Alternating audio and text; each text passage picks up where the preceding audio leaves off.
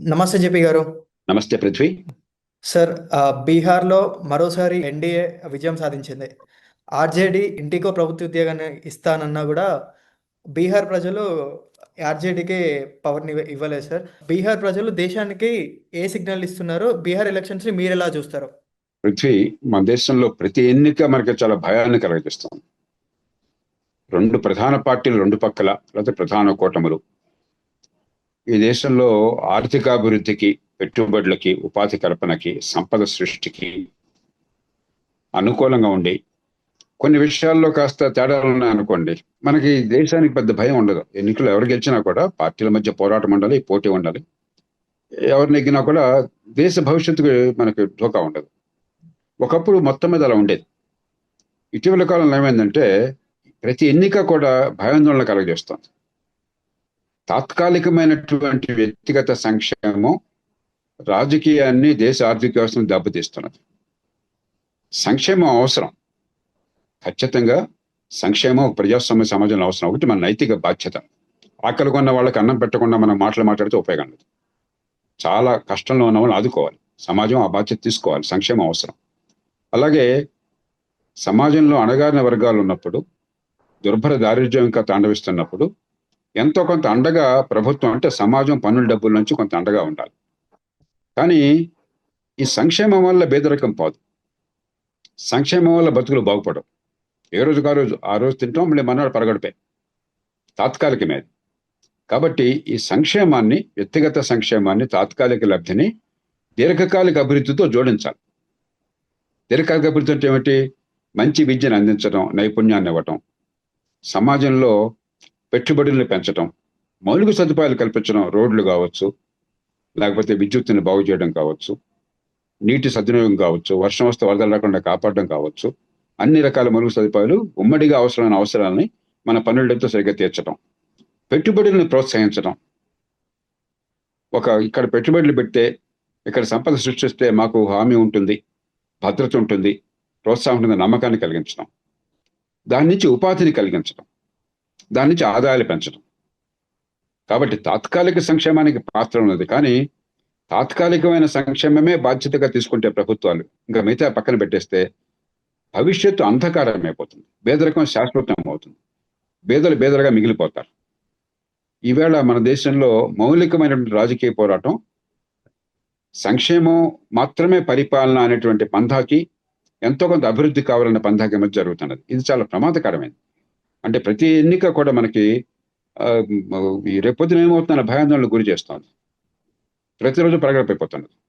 కాబట్టి రెండు ప్రధాన పార్టీలు, కూటములు కూడా దేశంలో దీర్ఘకాలిక అభివృద్ధికి, మౌలిక సదుపాయాలకి, పెట్టుబడులకి, ఉపాధి కల్పనకి, సంపద సృష్టికి అనుకూలంగా ఉన్నట్టయితే అప్పుడు మనకి ఎన్నికల్లో ఏ పార్టీ నెగ్గినా, ఏ పార్టీ నెగ్గకపోయినా మనకు భయాందోళన అక్కర్లేదు.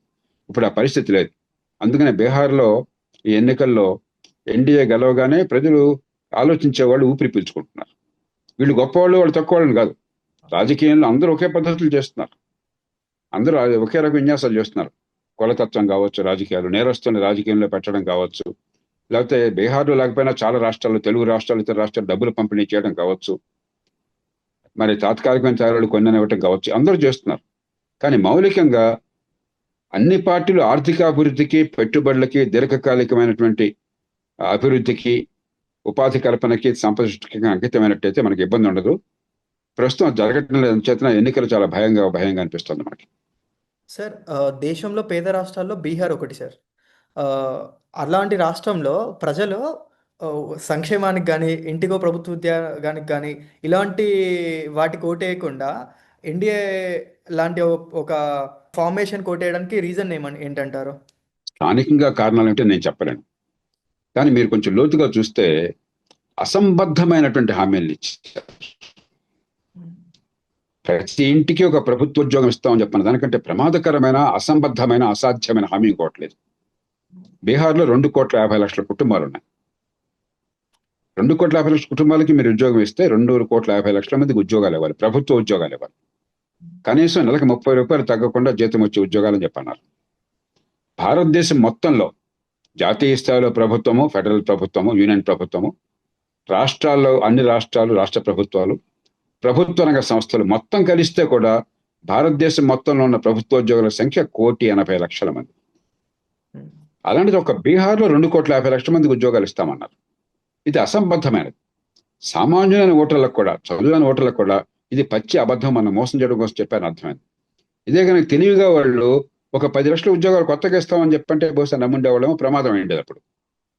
కాబట్టి మరి అసంబద్ధమైనటువంటి హామీలు ఇవ్వటం. ఎంత అసంబద్ధమైనవంటే, వీళ్ళు ఇచ్చిన హామీలు కనుక డబ్బు ఎంత ఖర్చు అవుతుంది లెక్కేసినట్టయితే, మొత్తం బీహార్లో అక్కడ కర్షకులు, కార్మికులు, ఉద్యోగులు, ప్రభుత్వంలో ఉన్నవాళ్ళు, ప్రభుత్వం బయట ఉన్నవాళ్ళు, వ్యాపారులు, డాక్టర్లు, ఇంజనీర్లు, ప్లంబర్లు, కార్పెంటర్లు అందరూ కలిసి చేసే ఉత్పత్తి కంటే, వాళ్ళందరూ చేసే సంపాదన కంటే బీహార్లో ప్రభుత్వం ఖర్చు ఎక్కువ అవుతుంది. అంటే మీరు సంపాదించిన ₹100 పన్నులు వసూలు చేస్తే కూడా బలవంతంగా గోల్డ్ గురించి మీకు తినడానికి కూడా లేకుండా చేసినా కూడా ఆ డబ్బు చాలదు. అంత అసంబద్ధమైన హామీలు ఇచ్చారు. బహుశా దాని కారణం. రెండోది, గతంలో ఆర్జేడి ఆనాడు ఏ పేరు పెట్టినా కూడా లాలూ యాదవ్ నాయకత్వంలో ఉన్నప్పుడు, లేకపోతే ఆయన భార్య నాయకత్వం ఉన్నప్పుడు జంగిల్ రాజ్యం అని అందరికీ తెలుసు. అసలు పూర్తిగా చట్టబద్ధ పాలన నాశనం అయిపోయి గోండా రాజ్యము, బలవంతుడి రాజ్యము, అంత కులం తప్ప ఇంకోటి లేదు. కులాల ప్రతిపదిగా దేశం అంతా ఉన్నది, బీహార్లో మరింత ఎక్కువ ఉన్నది. కానీ అసలు ఆ రోజుల్లో కులం తప్ప ఇంకోటి లేదు అసలు పరిపాలనలో. అది చాలా మంది గుర్తున్నది. ఇంకా మూడోది, నితీష్ కుమార్ ఉన్నంతలో బీహార్ ఇంకా పేద రాష్ట్రం. బీహార్ కేవలం పేద రాష్ట్రాలు ఒకటి కాదు, అత్యంత పేద రాష్ట్రం.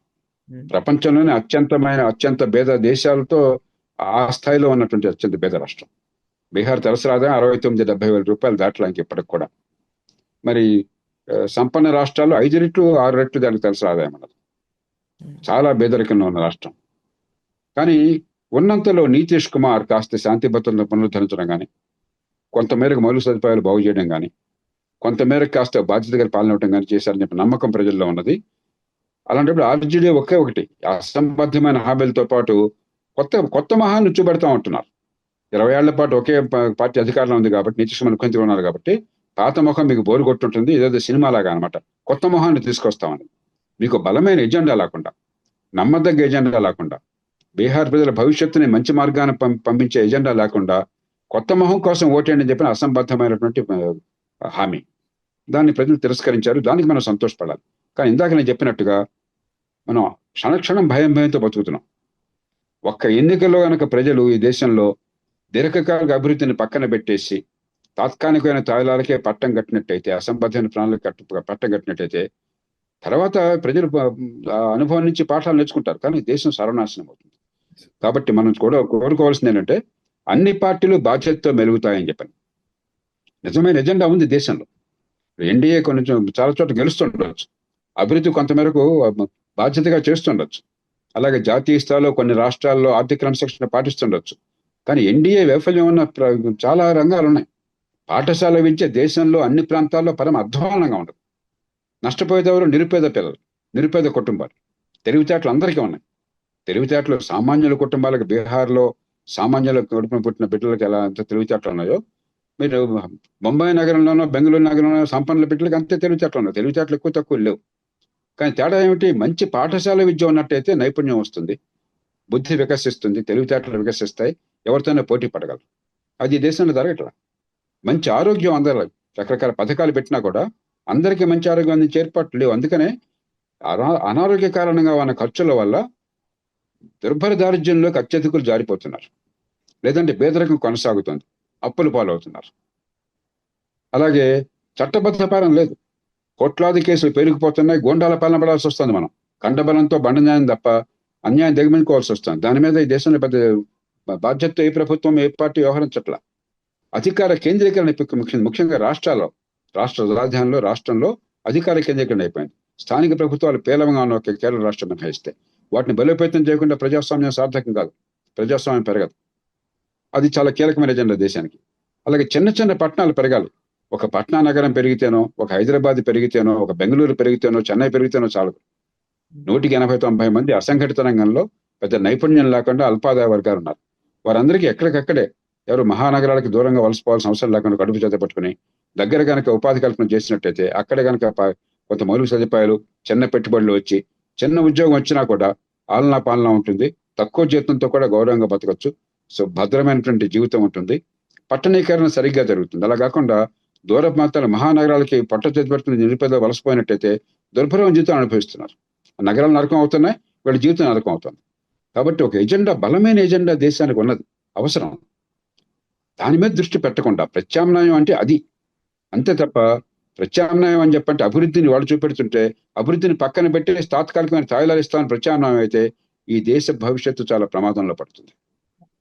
సార్ ఈ ఎలక్షన్లో ఎవరు గెలిచినా కానీ ఓడిపోయిన వాళ్ళకి నేర్చుకోవడానికి పాఠాలు ఉంటాయి సార్ ఎప్పుడు. ఈ ఎలక్షన్ నుండి ఓడిపోయిన పార్టీలు ఏం పాఠం నేర్చుకోవాలి సార్? ఇప్పుడు నేను చెప్పింది, ఇప్పుడు ఒక బలమైన ఎజెండా ఏ పార్టీ చేపట్టనిది ఈ దేశ ప్రజలకు అన్యాయం చేస్తున్నది, అన్యాయాన్ని అరికట్టడం కోసం, అందరికి అవకాశాలు ఇవ్వడం కోసం బలమైన ఎజెండా ఉన్నది. దానికి అభివృద్ధిని మంట కలపడం కాదు, మరుగు సదుపాయాలు నాశనం చేయడం కాదు, రాష్ట్రాలను అప్పుల పాలు చేయడం కాదు, మన బిడ్డల మీద భారాన్ని పెట్టి అప్పుల భారాన్ని పెట్టి మన ఇవాళ తినేయడం కాదు, భవిష్యత్తును అంధకారం చేయడం కాదు. దానికి అందరికీ నిజమైన అభివృద్ధిలో భాగస్వామ్యం ఉన్నట్టుగా మంచి ఎజెండా ఈ దేశంలో అవసరం ఉన్నది. దాన్ని ఈ దేశంలో ఏ ప్రభుత్వం సమర్థంగా అమలు చేయటం లేదు. దాన్ని చేపట్టండి.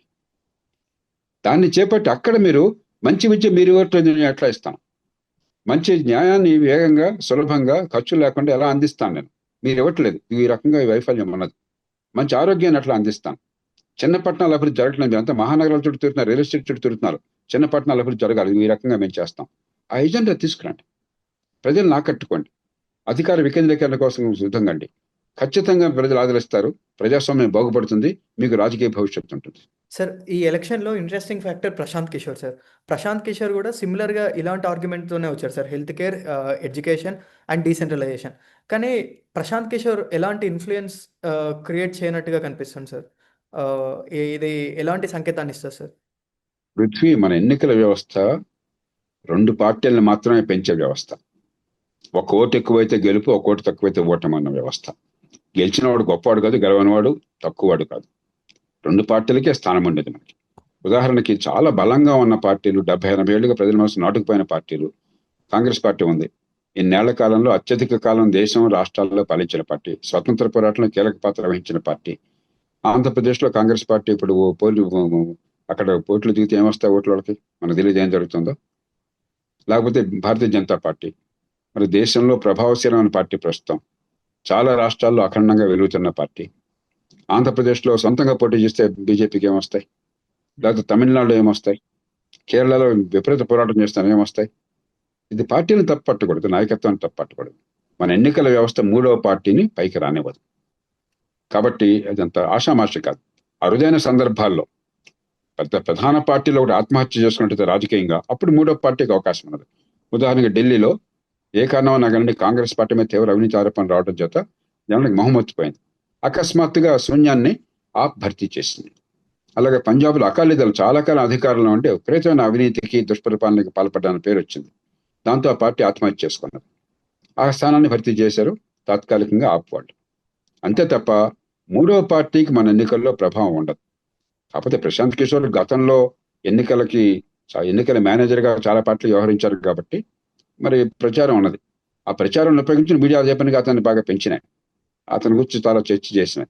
కానీ రాజకీయాన్ని, మన ఎన్నికల వ్యవస్థను పరిశీలించిన వాళ్ళకి ఎవరికైనా సరే ఇది దాదాపు అసాధ్యమని అందరికీ తెలుసు.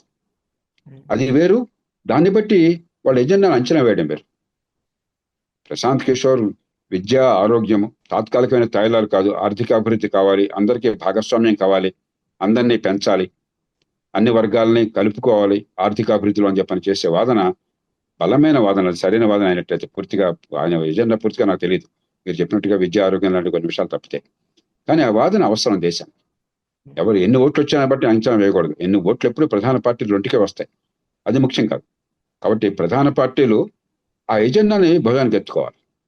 దాన్ని నిర్మాణాత్మకంగా, క్రియాశీలకంగా, కొత్త రీతిలో, ప్రజలను ఆకర్షించే రీతిలో, ప్రస్తుతం ఉన్న ప్రభుత్వాలు చేయనివి ఎదులెత్తి చూపెట్టి, ప్రత్యామ్నాయంగా ఏం చేస్తామో చూపెట్టి ప్రజలను ఆకట్టుకోవాలి. దేశానికి రక్ష అవుతుంది, వారికి రాజకీయంగా పెరుగుదల అవుతుంది. అంతేకాని ఒక కొత్తగా వచ్చిన పార్టీ 3వ పార్టీకి ఓట్లు రాలేదని చెప్పని దాన్ని తగ్గించి చూపడం కానీ, లేకపోతే ఎజెండాను విస్తరించడం చాలా పొరపాటు అవుతుంది. పార్టీలు రావడం, కొత్త పార్టీలు చాలా కష్టం. కానీ ఎజెండా బలమైనది, దేశానికి పనికొచ్చేది అయితే ఖచ్చితంగా ప్రధాన పార్టీలు ఆ ఎజెండాని సొంతం చేసుకోవాలి, ప్రజల ముందు తీసుకెళ్ళాలి, ఆ మార్పును సాధించాలి దేశంలో. Thank you sir, thank you for giving. Thank you Prithvi.